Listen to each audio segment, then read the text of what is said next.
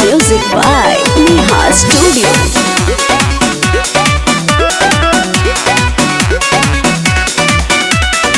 भेंट मुलाकात एक साथ हो गए, मीठी मीठी प्यार वाली बात हो गए।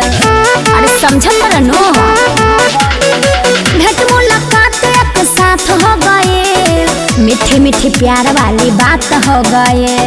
ए हो लेता होता जाना जाता में शाम हो जाए, शाम हो जाए, हाँ हाँ शाम हो जाए।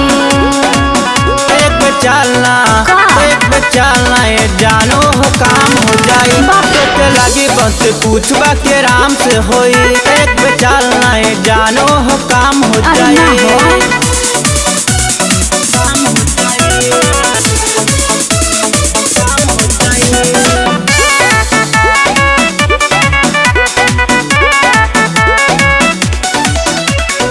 भाई के डर फिर भी आईनी तो से मिले, जान जाई लागी हमके मारे हो।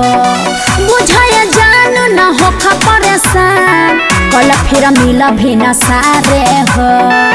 अरे टेंशन काहे लेत बड़ो, भाई के डर फिर भी आईनी तो से मिले, जान जाई लागी हमके मारे हो। बुझाए जान न हो परेशान, कल फिर मिल भी न सारे हो। बुझला बाकी देखा सिचुएशन के डिमांड है यही, डिमांड है यही, हाँ डिमांड है यही।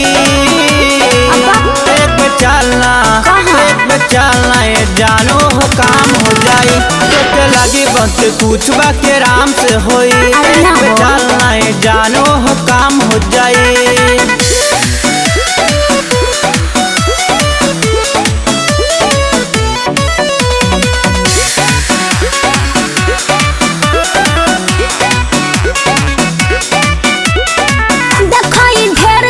ठीक नहीं थे, हो जाइबो हम बदनाम हो। पुष्पराज हबे तोहर मजनुआ, जाने यूपी बिहार हो। अरे वो बात ठीक बा लेकिन समझ, देखो ढेर जिद ठीक नहीं थे, हो जाइबो हम बदनाम हो। पुष्पराज हबे तोहर मजनुआ, जाने यूपी बिहार हो। सुनो ना चल ठीक बात देखिए, कहीं लेट ना होई, लेट ना होई, कहीं लेट ना होई। अब चलना ये जाने अब बेट ना होई। चलाब वाला डोज भर पेट हम दई, अब चलना ये जाने अब बेट ना होई।